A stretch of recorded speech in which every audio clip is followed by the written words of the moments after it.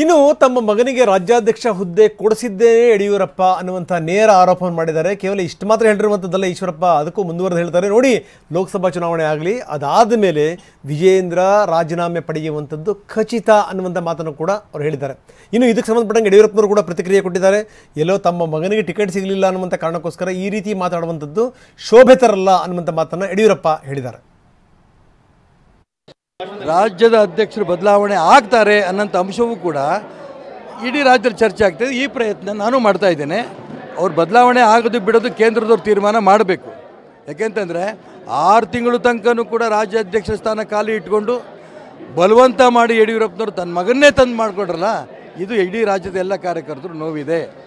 ಕೆಲಸ ಮಾಡಿದಂಥ ಯತ್ನಾಳ್ ಮಾಡಲಿಲ್ಲ ರಾಜ್ಯ ಅಧ್ಯಕ್ಷರು, ಬಹಳ ಪ್ರಯತ್ನ ಮಾಡ್ತಾ ಇದ್ದಂಥ ಸಿ ಟಿ ರವಿ ರಾಜ್ಯ ಅಧ್ಯಕ್ಷರು ಅವ್ರಿಗೆ ಮಾಡಲಿಲ್ಲ.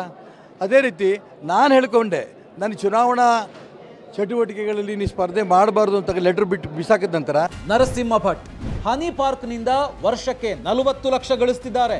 ನೀವು ಕೂಡ ಅವರಿಂದ ಕಲಿಬೇಕಾ? ಅವ್ರ ಜೊತೆ ವಿಡಿಯೋ ಕಾಲ್ನಲ್ಲಿ ಮಾತಾಡಬೇಕಾ? ಈಗಲೇ ಫ್ರೀಡಮ್ ಆ್ಯಪ್ ಡೌನ್ಲೋಡ್ ಮಾಡಿ.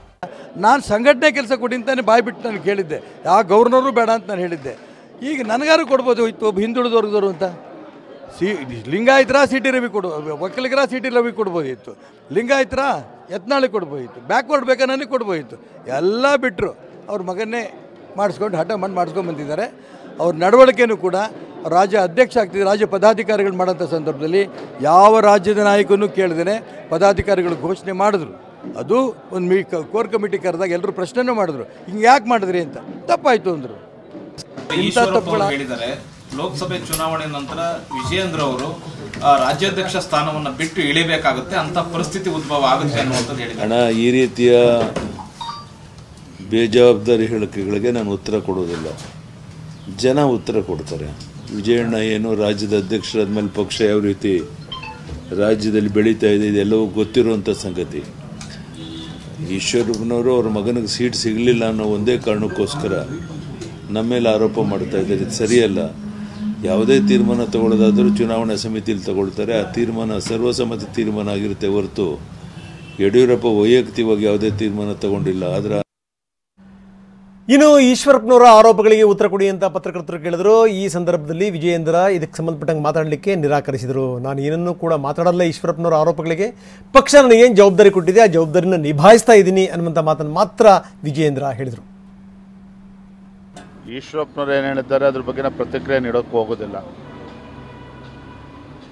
ಭಾರತೀಯ ಜನತಾ ಪಾರ್ಟಿ ನಮ್ಮ ವರಿಷ್ಠರು ನನಗೆ 3 ವರ್ಷಗಳ ಅವಧಿಗೆ ಅಥವಾ ಒಂದು ಅವಧಿಗೆ ನನ್ನ ಅಧ್ಯಕ್ಷ ಆಗಿ ನೇಮಕ ಮಾಡಿದ್ದಾರೆ ಅಂತೇಳಿ ನಾನಂತೂ ಭಾವಿಸಿದ್ದೇನೆ. ಸೊ ಹಾಗಾಗಿ ನಮ್ಮ ರಾಷ್ಟ್ರೀಯ ನಾಯಕರು ಒಂದು ಸಲ ವಿಜಯೇಂದ್ರ ಅವರು ಅಧ್ಯಕ್ಷರು ಅಂತೇಳಿ ಘೋಷಣೆ ಮಾಡಿದ ಮೇಲೆ ಈ ರೀತಿ ನಿರ್ಧಾರ ಮಾಡ್ತಾರೆ ಅಂತಕ್ಕಂಥದ್ದು ನಾನು ಒಪ್ಪೋದಿಲ್ಲ. ಎಲ್ಲವೂ ಕೂಡ ನೀವು ಕಾದು ನೋಡ್ತೀರಿ. ಇನ್ನು ಈಗಾಗಲೇ ಟಿಕೆಟ್ ನೀಡಿಕೆ ವಿಚಾರಕ್ಕೆ ಸಂಬಂಧಪಟ್ಟಂಗೆ ಜೊತೆಗೆ JDS ಮತ್ತು BJP ನಡುವೆ ಏನಾದರೂ ಕಂದಕ ಸೃಷ್ಟಿಯಾಗಿದೆಯಾ ಅನ್ನುವಂಥ ಪ್ರಶ್ನೆಗಳನ್ನು ಕೂಡ ಯಡಿಯೂರಪ್ಪನವರು ಕೇಳಲಾಯಿತು. ಯಡಿಯೂರಪ್ಪ ಹೇಳಿದ್ರು, ಇಲ್ಲ, ನಮ್ಮ ದೋಸ್ತಿ ಗಟ್ಟಿಯಾಗಿದೆ, ನಾವು 28ಕ್ಕೆ 28 ಕ್ಷೇತ್ರಗಳಲ್ಲಿ ಗೆಲ್ತೀವಿ, ಯಾವುದೇ ಗೊಂದಲ ಇಲ್ಲ ಅಂತ BSY ಹೇಳಿದರು. JDS ನಾಯಕರುಗಳು ಅಸಮಾಧಾನ ವ್ಯಕ್ತಪಡಿಸಿದ್ರು, ನಾವು ಕೇವಲ 2 ಸೀಟಿಗಾಗಿ ನಾವು ಮೈತ್ರಿ ಮಾಡ್ಕೋಬೇಕಾಗಿತ್ತು ಅಂತ. ಅಂದ್ರೆ ಏನಾದರೂ ನಾನು ಇಷ್ಟೇ ನಿಮ್ಗೆ ಹೇಳಕ್ಕೆ ಇಚ್ಛೆ ಪಡುವಂಥದ್ದು, JDSನವ್ರ ಮುಖಂಡರುಗಳು ಇನ್ಕ್ಲೂಡಿಂಗ್ ದೇವೇಗೌಡರು, ಕುಮಾರಸ್ವಾಮಿ ಎಲ್ಲರೂ ಸಹ ನಮ್ಮ ಜೊತೆಗೆ ಇರ್ತಾರೆ. ಅಂತಿಮವಾಗಿ ಏನು ತೀರ್ಮಾನ ನಮ್ಮ ಹೈಕಮಾಂಡ್ ತಗೊಳುತ್ತೆ ಅದನ್ನು ಅವ್ರ ಮನವರಿಕೆ ಆದಮೇಲೆ ಎಲ್ಲ ಸರಿ ಹೋಗುತ್ತೆ ಅಂತ ನಾನು ಭಾವಿಸ್ತೇನೆ. ಅಂದ್ರೆ ಸರ್, ಕೆಲವು ಲಿಸ್ಟ್ಗಳನ್ನ ಬಿಜೆಪಿ ಮೊದಲ ಹಂತದಲ್ಲಿ ಘೋಷಣೆ ಮಾಡೋ ಸಂದರ್ಭದಲ್ಲಿ ರಾಜ್ಯ ನಾಯಕರುಗಳು ಕುಮಾರಸ್ವಾಮಿ ಅಂದ್ರೆ ಮೈತ್ರಿ ಪಾರ್ಟಿ ಚರ್ಚೆನೆ ಮಾಡಿಲ್ಲ. ಎಲ್ಲ ವಿಷಯಗಳು ನಮ್ಮ ಪಕ್ಷದಲ್ಲಿ ನಾವು ಚರ್ಚೆ ಮಾಡಿದ್ದೇವೆ. ಅವ್ರಿಗೆ ಯಾವ ಸೀಟನ್ನು ಅಪೇಕ್ಷೆ ಪಡ್ತಾ ಇದ್ದಾರೆ ಅದನ್ನು ಕೊಡೋದು. ಬಹಳ ಮುಖ್ಯವಾಗಿ BJP JDS ಒಂದು ಹೊಂದಾಣಿಕೆ ಆಗ್ತಿರೋದ್ರಿಂದ ಈ ಬಾರಿ ನಾವು ಅಂದ್ಕೊಂಡಂತೆ 28ಕ್ಕೆ 28 ಲೋಕಸಭಾ ಕ್ಷೇತ್ರ BJP JDS ಸೇರಿ ಗೆಲ್ಲಕ್ಕೆ ಸಾಧ್ಯ ಆಗುತ್ತೆ. ದೇವೇಗೌಡರು ಸಹ ಪ್ರಧಾನಿಯವರ ಜೊತೆಗೆ ಸಂಪರ್ಕದಲ್ಲಿದ್ದಾರೆ, ಅಮಿತ್ ಶಾ ಜೊತೆಗೆ ಸಂಪರ್ಕದಲ್ಲಿದ್ದಾರೆ. ಇದೆಲ್ಲದರ ಪರಿಣಾಮ ನಮ್ಮ ನಿರೀಕ್ಷೆ ಮೀರಿ ಒಳ್ಳೆಯ ಫಲಿತಾಂಶ ಬರುತ್ತೆ ಅನ್ನೋ ವಿಶ್ವಾಸ ನನಗಿದೆ.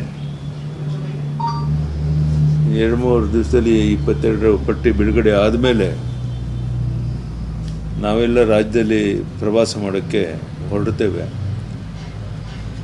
ಜನ ಇವತ್ತು ಮೋದಿಜಿಯವರ ಪರ, BJPಯವರ ಪರ ಇರೋದರಿಂದ ಇತ್ತೀಚಿನ ಹಿಂದೆ ನಡೆದಂಥ ಎಲ್ಲ ಚುನಾವಣೆಗಳಿಗಿಂತ ಈ ಚುನಾವಣೆ ನಮ್ಮ ಗೆಲುವಿಗೆ ಭಾಳ ಅನುಕೂಲ ಆಗುತ್ತೆ ಅಂತ ನಾನು ಭಾವಿಸಿದ್ದೇನೆ.